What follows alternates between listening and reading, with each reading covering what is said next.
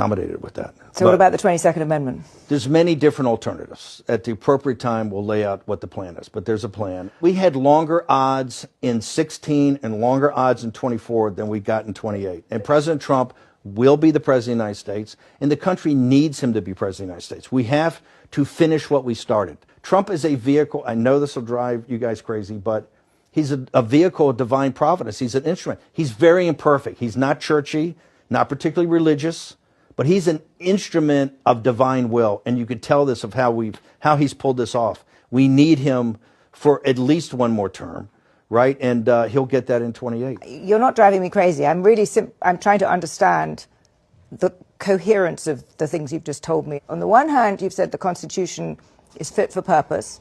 Secondly, you've said that President Trump needs another term, even though the 22nd Amendment makes pretty clear that he cannot have another term. Why does it make that clear? Because he's on his second term already.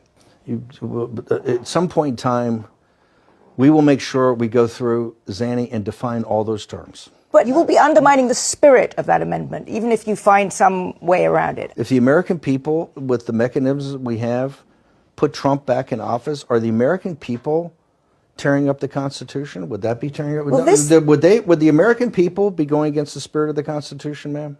I think yes, actually, because I think what you will end up with is a populist justification for a quasi-dictatorship. That's not true at all. Trump That's what it sounds like. It's not.